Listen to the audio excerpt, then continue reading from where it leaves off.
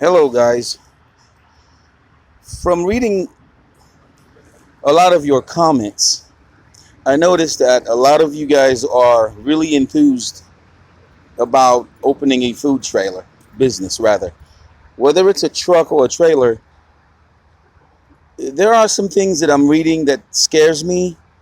And if this can help, if this video can help you guys get started as far as on the safety standpoint of things, please just take 5 minutes to watch this video. Before you start a food truck business or before you start a food trailer business, same thing, right? Some states may have their own ways, variations of what safety um, and what is that, codes, bylaws. Well, let's take Florida, for example. I'm in Florida. Florida wants you to have your Serve Safe certificate, which I'll get into later on. They want you to have, of course, go through an inspection. Once you pass inspection, and that inspection, I'm going to remind you, that inspection has to be done at a commissary. So the first time you're ready for inspection, you got to go through a commissary. Some guys renew it, some guys don't. I personally think it's expensive. Okay, let's start with this generator that I have. Now, this thing is parked in my backyard, and I'm going to show you, I am plugged in here, 50 amps, which this cord goes to an electrical box, and I'll walk over and show you the electrical box. I did this myself, and there it is. Okay, it goes in here. I got a 60 amp breaker just in case. So let's turn around and go inside the truck, the trailer. So I'm not going to get into the design of things. I'm just going to get into the safety of things. Look up top. I got 2 air conditioners up there. It is hot in Florida. Now, before I go in the truck, this 50 amp, 60 amp connection, that was just a choice. I can run everything at the same time. When I turn on this generator, which is 15,000 watts. Okay, I'm going to crank this thing. It's kind of cold. Let's choke it and see.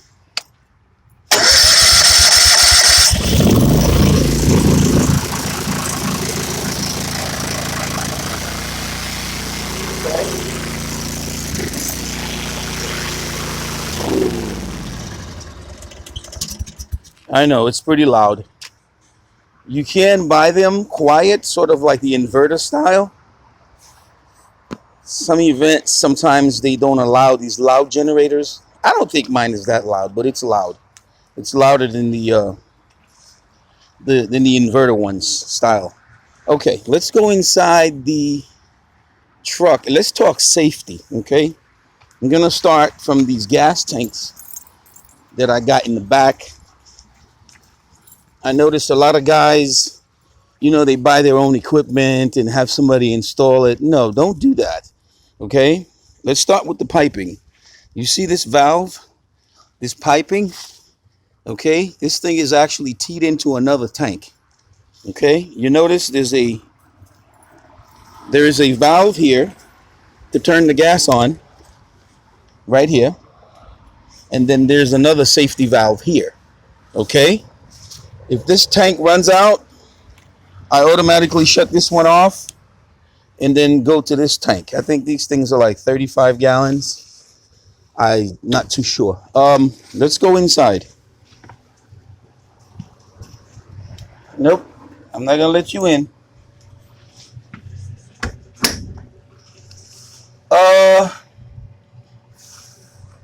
Safety to me is just a number one priority. Okay, deep fryer. If you notice, there's a shield here. This shield, as you are frying, keeps the grease from spilling over to something else. For instance, here's my mop bucket. If I didn't have this, the hot grease would be an issue. Here goes another one. This shield separates this deep fryer from the stove. Okay. Um, this flat top here. Some people call it a plancha. Some guys call it a flat stove. I just say flat top. You know how I clean this thing? I clean this with lime juice. You make sure it's nice and hot, and then you scuff it first with some kind of pad, and then you just throw lime juice on it, and it just does wonders. Now I do have a char grill under here. I just use it as a prep table. This is the cooking side of things. Now let's look up where the hood is. Okay, this hood, what is it? About 13 feet. Notice the sprinklers on the inside.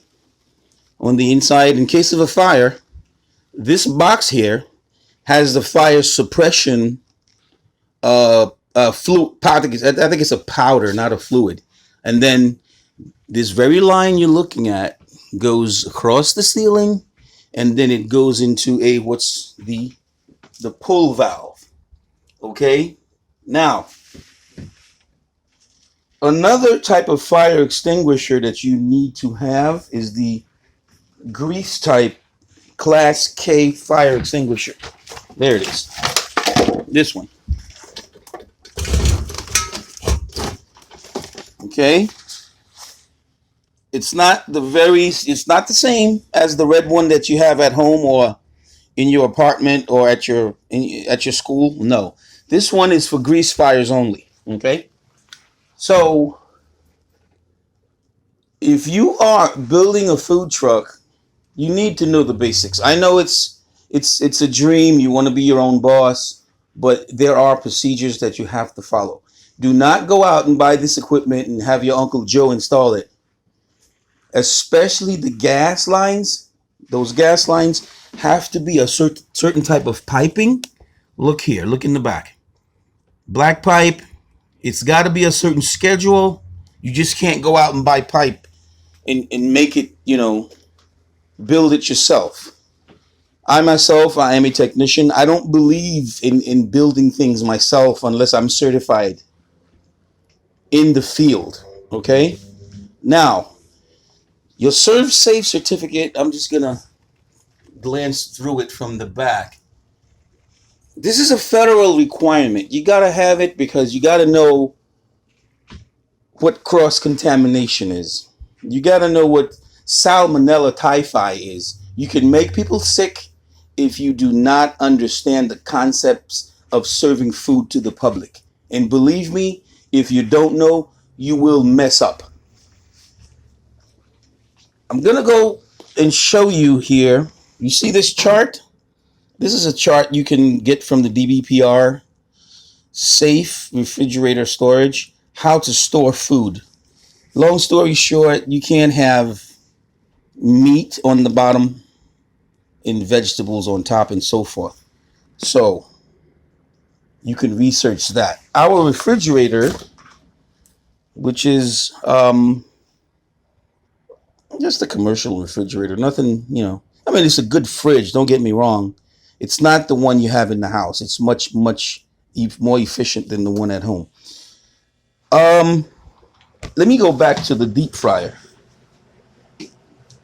Every day or every time I go out, I drain my oil. Okay, I don't leave it in there. If you notice, give the wife some credit, guys.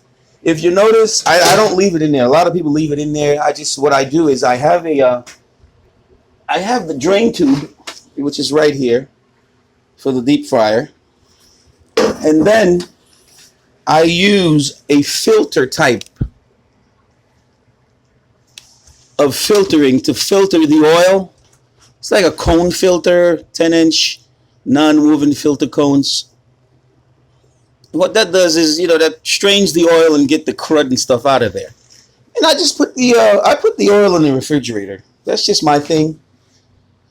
I'm not guiding you as far as what to do, but I'm more concerned about when I'm reading a lot of these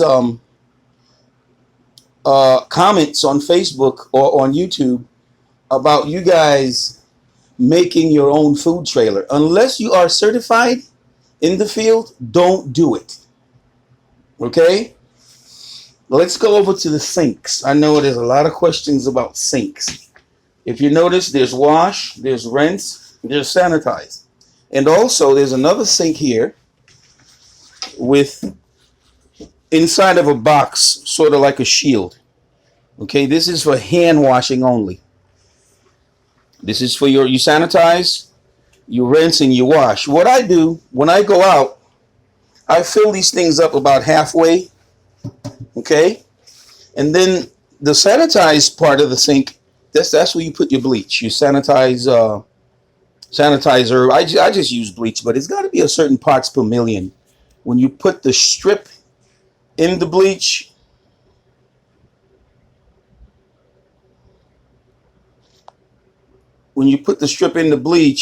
it's got to read a certain amount. Me, I just put bleach in the water. By the way.